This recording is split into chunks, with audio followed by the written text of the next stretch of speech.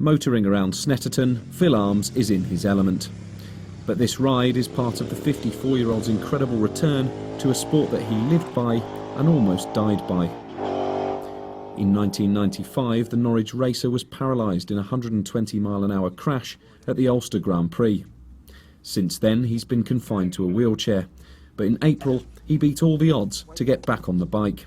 Today, he returned to Snetterton with his teammates to complete his final practice ride before facing one of his toughest challenges. On August the 28th, Phil will be revving up for a parade lap of the famous Isle of Man TT course, with former winners of the Manx Grand Prix.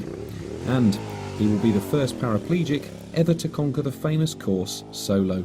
If they could have cured it there and then, yes, I would have got straight back on a motorbike. But I saw no real reason to go motorcycle racing again. I'd been there, I'd raced at World Championship level. I had no desire to get out there and do it again like that.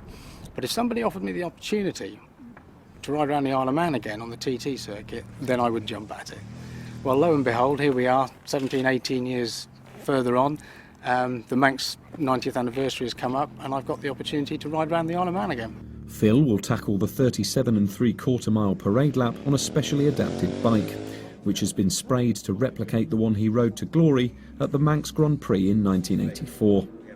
That was one of a series of triumphs in Phil's 15-year racing career, which was cut short by the devastating crash. My initial reaction was, this is the end of it, what am I going to do?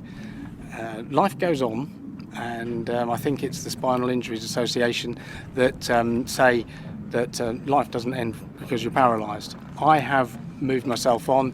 I've started a business in motorcycle sport doing PR and sponsorship, and now I've come to grips. I've been kart racing, I've been skiing, the need for speed has always been there, and I needed to move on, and this opportunity came up, so it was too much.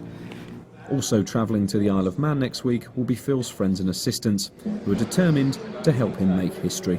No one's ever done it, and once he's done this, like I said to him, you haven't got to go out there and race, you've just got to do it, because if you do it, no one can ever take that away from you. You'll be the first person.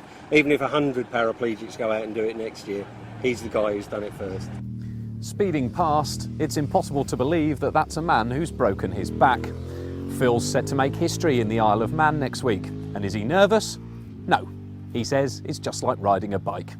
Rob Setchell, Mustard TV, Snetterton.